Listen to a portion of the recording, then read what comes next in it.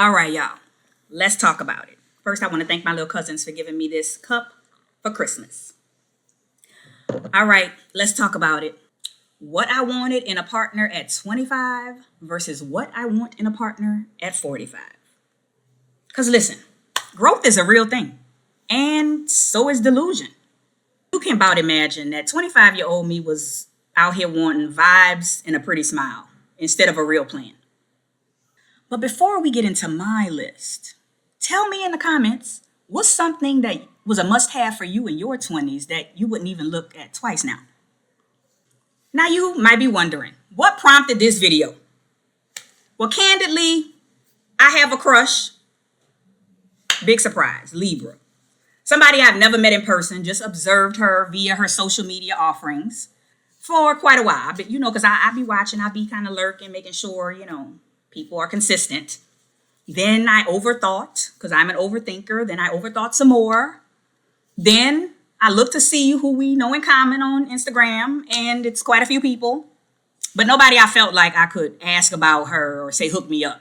For starters, she identifies as straight. No. So there's that. Either way, I shot my shot twice, and she never responded. How timely. That's crazy. So instead of licking my wounds, I decided to ask myself one question that opened up a floodgate of other questions. I asked myself, what is this waking up in me? And I realized that my crush awakened a realization that a lot had changed in my desire since the last time I deeply assessed what I actually wanted in a relationship. I don't know if I can say I didn't assess since I was 25, but a lot had changed.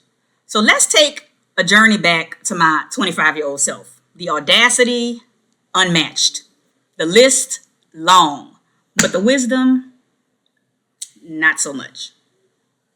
25-year-old me wanted somebody that was fine, not cute, not attractive, fine. 45-year-old me still is connected to the word fine. Fine as fuck, matter of fact. Like, I wanted my friends to be jealous and my enemies to be sick. Shorter than me, because clearly height was a personality trait back then. And fun fact, it still is. Structurally, it still is. And a woman shorter than me, I'm not going to lie. When I was 25, that affirmed my masculinity. Read dominance. Praise Jah for deliverance. Praise the Lord for deliverance from the bondage of heteronormativity and patriarchy. Now, that is not a big deal for me. I wanted somebody that was funny. Not just funny, but the kind of funny where I could tell people, yeah, she got me laughing and blushing. Funny. I wanted somebody that was adventurous, but in the we randomly take a road trip kind of way, not in the I don't have a real job kind of way. I've never been that type of adventurous ever in life, ever to this day. Please be financially, remotely okay. I wanted somebody that was emotionally available, but not too available because I liked a little chase. And then over time, I realized I actually was chasing emotionally unavailable people because of a mother wound that needed to be healed because I have an emotionally unavailable mother. So as much as I thought I wanted somebody that was emotionally available, I said that out of my mouth. My actions said, chase all the emotionally unavailable people. And perhaps I'm still doing that because this person didn't respond. I don't know. You see the problem here, right? I was out here looking for a walking, unattainable IG post instead of a partner, although there was no IG when I was 25. Then life humbled me. And by humbled, I mean I dated a few short, funny, fine as fuck people. And I discovered you cannot build a relationship on vibes and good lighting alone. It turns out that adventurous without financial stability, that just means I'm going to ask you for money a week into knowing you. And you'll learn that, yes, I really do work at the Sam's off the interstate in Atlanta, but I'm also a stripper who will attempt to ruin your credit. I should have known by what that girl had on our first date at that pizza place on Ponce. And like I said, it turns out that emotionally unavailable just meant I'm scratching a mother wound that I needed to heal. And let's not even talk about the ones who were fine but couldn't communicate to save their lives, and the ones who was boring as fuck. But now at 45, baby, hey, baby, that list is different. The knees. Well, let's be honest. I never had Meg Thee Stallion knees, not even at birth. The tolerance, non-existent. Understanding, yes. Tolerant, no. This crush with my internet crush, it awakened in me a realization around the importance of liking my partner. When that thing hit me the other day, the shando that went through my spirit. Prior to this experience, I have never once in life truly focused on whether I like my partners. And that's wild as fuck to say. Imagine my gut, once I realized that shit. And as I think about that, I realized I didn't like them and they didn't like me. I was obsessed with whether they liked me. But what I didn't realize was that didn't matter. Because if I didn't like them, nothing else mattered. Looking back, I am telling all of my fucking business today. Looking back, they didn't like me because they were mirroring back to me how I felt about myself. Shit, I didn't like myself back then, let alone somebody else. I didn't like me. Oh, praise God for deliverance. This experience, this crush, although I don't know this person, but because I reflected on that question that I told y'all about, that I said I didn't reflect on why do I keep thinking about her, but the other question, this experience has shown me that I must like my partner as a standalone reality. My partner has to be somebody I would be fucked up over even if they didn't like me, because I like them in and of itself, standalone, regardless of what they feel for me. And I say that because my feelings cannot depend on theirs. I used to say all the time in my 20s and maybe part of my 30s, I like who likes me. And I thought I was saying that with my whole chest. I thought I was 10 toes down. I thought I had said something. I like people who like me.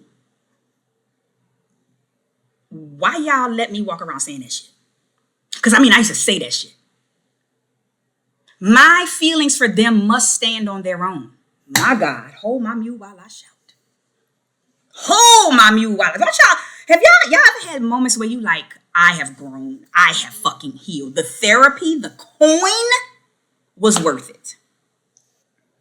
Oh, get my little head together, child. From the moment my internet crush began occupying my thoughts, enough. I liked her. Matter of fact, I value her. And I told her that in my first email to her. And I meant that. I still do deeply value her. Independent of what I think she may feel toward me if we ever met in real life, independent of that, if I met her tomorrow and I learned that she didn't like me, I would still like her because what I feel is not predicated on what she feels for me.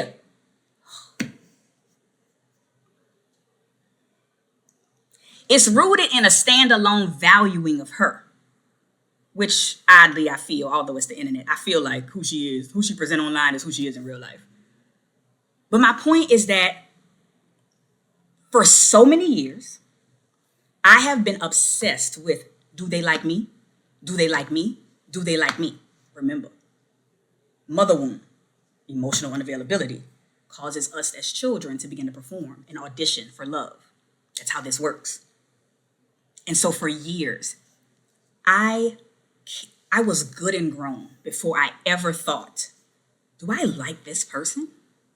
I was so obsessed and preoccupied with whether people liked me in relationships. And the internet crush, I realized I like her. I like what she presents. I like what she talks about. I value her perspective. I value her quirks, her little mannerisms. And that is very different than, do she like me? Do she like me? Do she like me? Again, if I met her tomorrow and I learned that she don't like me, I would still like her because what I feel for her is not predicated on what she feels for me. It's rooted in a standalone valuing of who she is as a person on her own, regardless of her connection to any other person. I simply value her over there. Even if I never meet her, I'm gonna still value her. And I'm not saying I value her content. I'm not 2025 surface like that. Her as a person. And I can't, it's funny that my feelings around this are more salient for a random lady on the internet who I do think is fine as fuck, who I don't know and I never met, than it is for some people I dated in real life. But I'm gonna come back to why I think that is. Because I'm not fixated on whether she liked me back. Like, yes, sure, I would love if she thought I was fine as fuck too, but I'm not fixated on that. Nah. This also shows me that I don't like a lot of people, which I've been knew. That's it. Then, first of all, me and reflection questions. I love them when my mind goes in great places. Because then I ask myself, what do I want to feel that I think she represents? Because remember, I never met her. And so then I realized I'm really enjoying this little thought exercise. Now, in order to answer this question, I'm going to have to project. Because again, I don't know this woman from a can of paint. So anything I feel beyond surface level stuff and deeper things only affirmed by specifics that she may have said, anything other than that are projections. So I'm going to say it up front. I'm going to have to project for this one. But the things that I want to feel that I think she represents are intensity, genuine desire, what I think would be a friendship. Like I think if we went to school together, we would have been friends. Loyalty. I feel like she's somebody that don't play about people once she commits to them. Like she don't play about her boo. Carnal, sexual, homie, lover, friend. I think she's somebody that will feel like home to me. She just reminds me of that type of loyal person. And I think she represents somebody who's been actively single, intentionally single for a long time. Like she's not coming out of something. And to me, this means that her heart may actually be positioned for a big love. And if you know me, I've been talking about my big love for years, maybe decades, child. So that means for me, we may actually have a shot. Me and someone, not necessarily her. There's less likely to be a nemesis or like an ex lurking around. Because for me, put her to the side, I want to feel like the person I'm dating has heart capacity for me to expand and be the only person in their heart. Like I'm tired of sharing heart space with the exes and the unresolved situationships and the random other people that's still in their heart and the disinterest and the dislike all masked as emotional distance and all of these things that I've encountered, how people come into situations. Now, again, I'm assuming this shit because she could very well be single and unhealed. Just like any other person, a real person that's in my life could be single as hell and been single for years and very much so unhealed. So I'm assuming. But I know that I want to feel chosen. And she represents someone who has declared that she is ready for a life partner, as have I declared to friends that I am ready for life partnership. So that's one thing what was the question that I asked myself? What do I want to feel that I think she represents? Yes, these are the things I want to feel that she represents. And these are way different than in my 20s. 25-year-old me and 45-year-old me were not thinking in these ways at all. I want to be with somebody who has emotional intelligence, someone who desires physical connection, sex, cuddles, who likes to travel, who has either no kids or grown kids, no kids that's in the house, is my point. I want to feel a shared sense of our individual life paths. Say that again. A shared sense of our individual life paths. My person is on purpose right now before they in my life because I am on purpose. So we have individual life paths and we have a shared sense of them. So meaning we bop. We have our own separate individual purposes, but we also have this intertwined love purpose. We work hard as individuals. We have our own friends. I ain't never dated nobody who didn't have their own friends who was healthy. Never say never, but Don't use terminal language, but people who don't have their own friends, don't date them, child. We have our own friends, but we work equally hard as lovers to be together. Like she gone for 5 weeks, she asked me to join her for 2 of those weeks. While I'm working, I'm working. While she working, she working. We are on purpose, and we are clear about that. But we also go together real, real bad. But we also go together real, real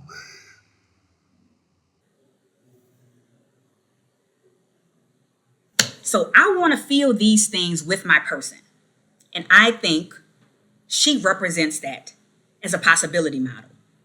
She also represents somebody with one of my absolute favorite, all time in the whole wide world, favorite Black girl personalities in the whole wide world. 3 words: quirky, sexy, cute. Woo! There is something about a Black girl that is quirky, sexy, cute. Oh, Lord. And I could listen to her talk all day long. All day long, y'all. All day long.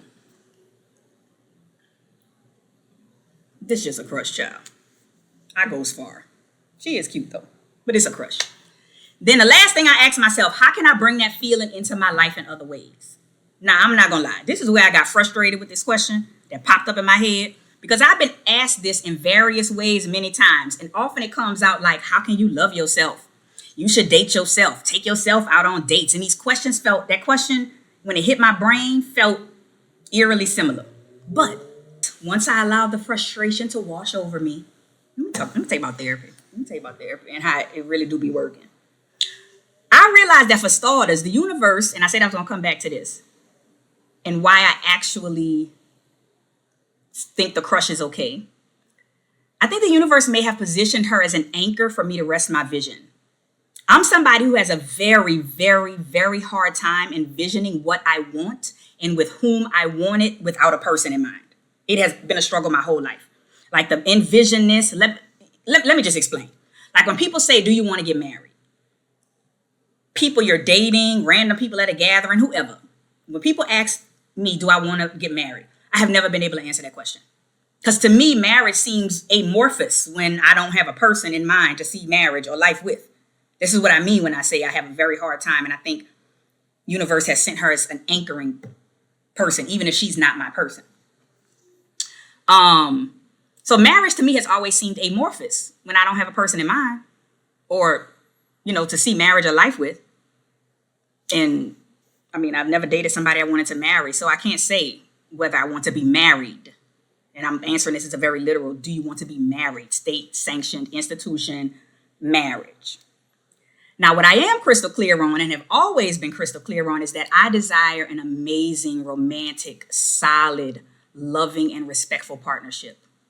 I'm clear on that. And I have been clear on that since I was writing in my high school diaries with the key and the lock from the dollar store. Something that feels like fate, undeniable, unshakable. Someone who makes everything before them look small. Somebody who makes me realize why it didn't work out with anyone else. Now, once that happens, marriage might not seem so intangible and abstract to me. I need a real person in mind to imagine something like marriage. I just feel like it's putting putting a cart before the horse.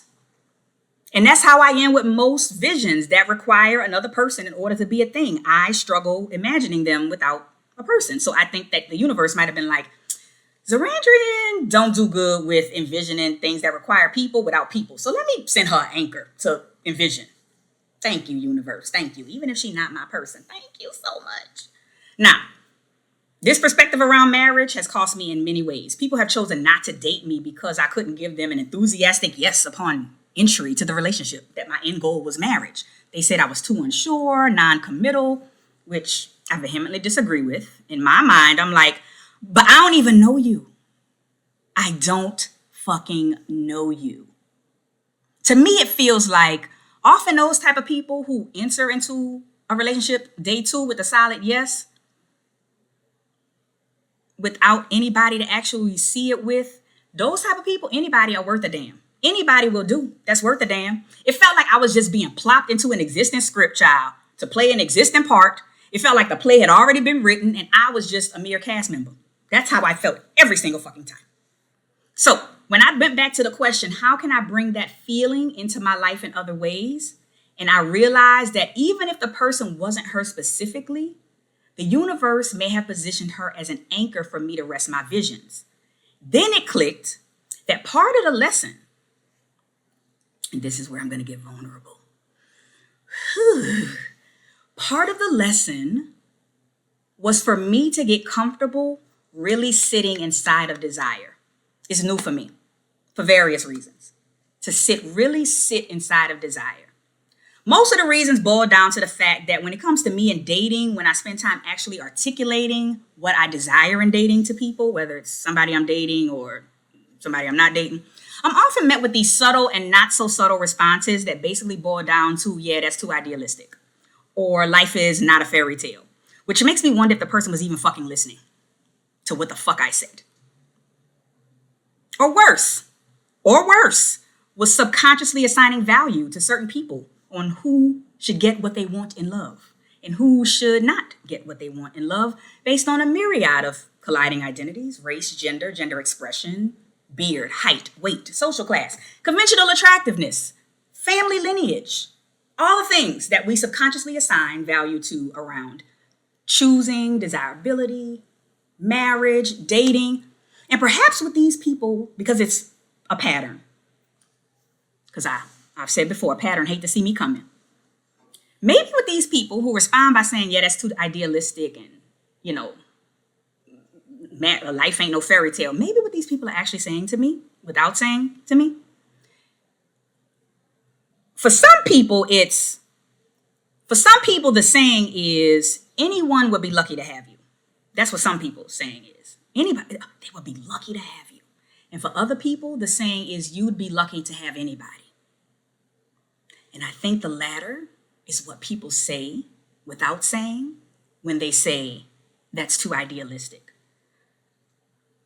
I was at dinner one time when this played out. It was 3 of us. I'm the only queer person, 2 cishet girls. And it was beautiful because it took another cishet girl to check her cishet compadre to bring the point home.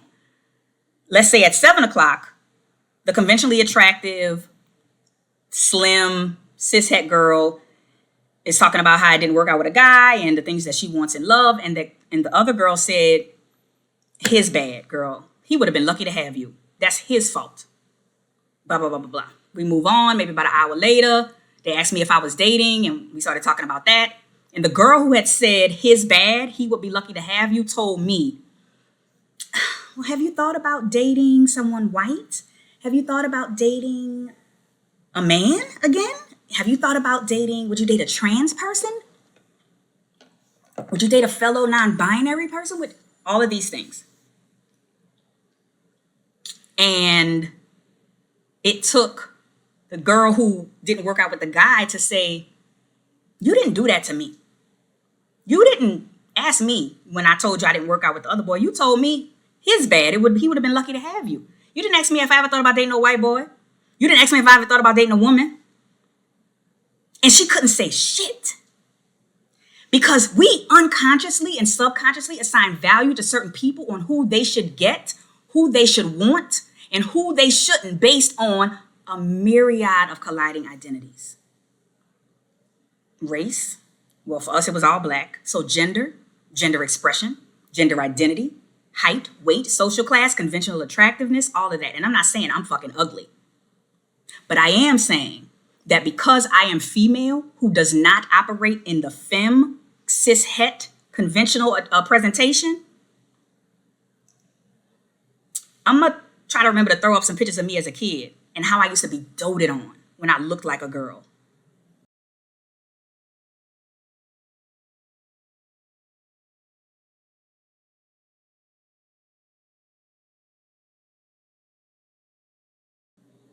And as an adult, I'm the same motherfucking person. Doted? Oh, girl, I ain't had that. Because bearded? Oh, that's not, you don't get doted on when you're now a bearded girl. Even older people from my old church have said, I just never thought you would look. Why would you, why do you want a beard? All of these covert, that's probably not the right word, dog whistles. I don't even think that's the right word, but y'all know what I'm trying to get at. Saying a quiet part out loud. They not. They saying everything else. So I say all that to say, this is a time for me to sit in desire and let the desire be what it is. Because the long-term impact of this, you would be lucky to have anyone, the quiet part out loud, repeated over and over, has a negative impact on people. And the long-term impact is pushing away the desire. So, feeling like the moment I feel attracted to someone, over time you begin to push that away to the point where it's like Pavlov's dog, that the feeling of desire becomes a negative feeling. So I think that this moment, I'm being allowed to just sit in desire without letting it overwhelm me, without letting me push it away. Letting desire be a companion, not a weight. Feel the desire, and not because of socialization and conditioning immediately push it away. Instead of looking at desire because of conditioning as something to get rid of, I'm being allowed to view it as something that accompanies me. This is what I want. It's okay to want it. I don't need to resolve it immediately. I can just let this desire for this person be. I can just desire them. And this reframe can allow the desire to flow through me without me trying to control or it controlling my thoughts. I can just desire somebody without trying to push it away. I can create sacred space for desire, set aside intentional moments during my day to sit with the feeling of desire in a person. It could be in meditation, it could be in journaling, it could be me walking a neighborhood. Allow desire to rise, acknowledge it, observe it, feel it in my body. Don't judge it. Let it exist without the need for action. Desire. I wonder if what other groups of people might feel like this about covertly being told that their desires shouldn't be. And so when this person comes to mind, instead of trying to distract myself, I could just gently acknowledge the desire. I want her. I would love to go on a date with her. The desire is strong now, and I'm letting myself feel it fully. After that, intentionally shift my focus to something else, but let myself feel what I feel and understand that I allow the desire space to be felt. My desires reflect parts of myself I want to experience, not just in relation to other people, but within my own life for myself. I don't need to pressure the desire to go away. Like sometimes when we try to get rid of something, we actually make it stick longer and stronger. Allowing the desire to exist on its own terms without judgment or pressure may actually allow it to soften and integrate into my life. It may actually allow me to reconnect with my relationship with desire, which, honey, I had no issues with desire prior to feeling like people was telling me I shouldn't desire things. Because there was a time where I was told they'd be lucky to have you, but it was when I was abiding by the rules that was expected of me. When I was still dating men, when I was still presenting as a woman, when I was still looking feminine. Oh yeah, you are just as cute as a button. Anybody would be lucky to have you. It wasn't until you start deviating that, you're not lucky. People wouldn't be lucky to have you. What if I just allowed myself to want who I want? Even if I never tell them. What if I didn't try to fixate on it or fix it or reframe it or make it go away? And what if I allow desire to feel like desire should feel inside the human body, which is good? Some of this might have to do with the church. Now, I didn't take no purity vow because I wasn't going to lie to them people and say I wasn't going to fuck. I was never going to lie to God. So I did not take a purity vow. Wasn't never going to consider it because they used to take purity vows at my church.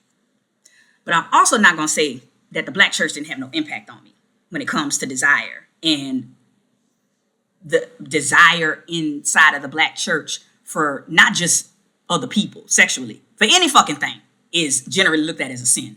The desire to taste alcohol, the desire to have sex, the desire to wear certain clothing. I didn't grow up in a very rigid house with a lot of rules. Actually, probably most people would agree could have used a little more structure.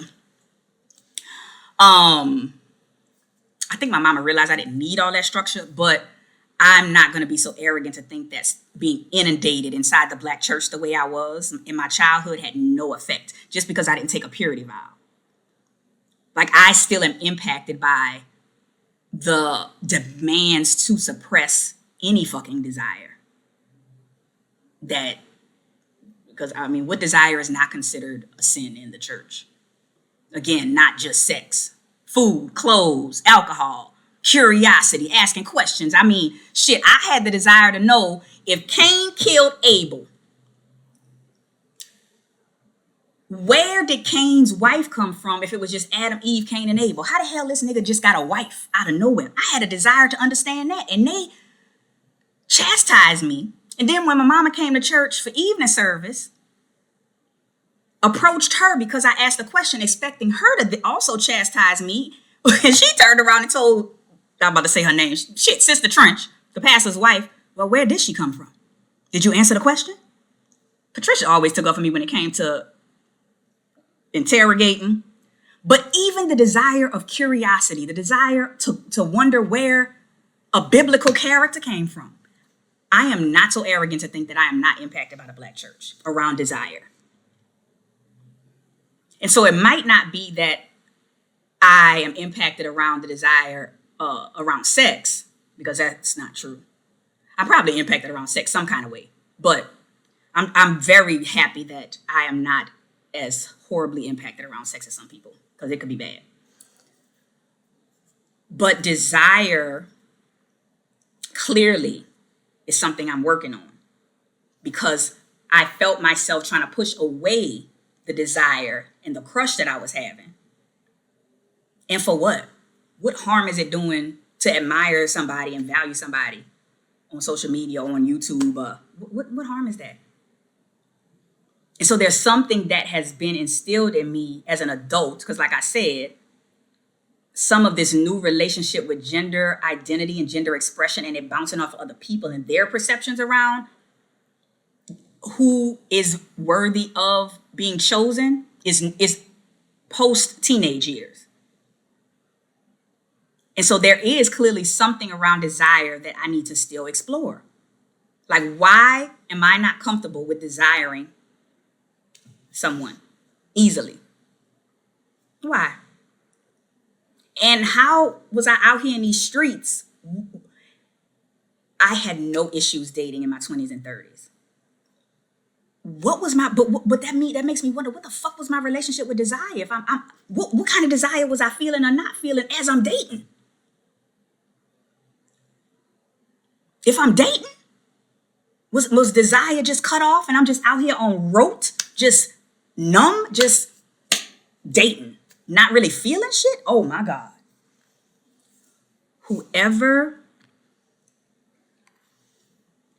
I can't wait to meet myself in my next relationship. Dear future wifey. No, I'm just kidding, because he really do have a podcast called Future Wifey. Whomever I date next is going to get the best version of me. I mean, I was not out here asking myself questions, like reflection questions. I hated journaling. Whoever I date, I'm happy for you. I'm happy for you. Because you are getting somebody who has reflected, somebody who has intentionally not dated for a long time, somebody who has declared that they are ready for partnership, not somebody who is going to stumble and fumble into somebody. You know, happenstance, no homosexual. I'm not with you because I need housing. I got my own shit, baby. Only one name on this motherfucker. I'm not with you because I need a vehicle. That Jeep outside is mine. Like, emotionally available.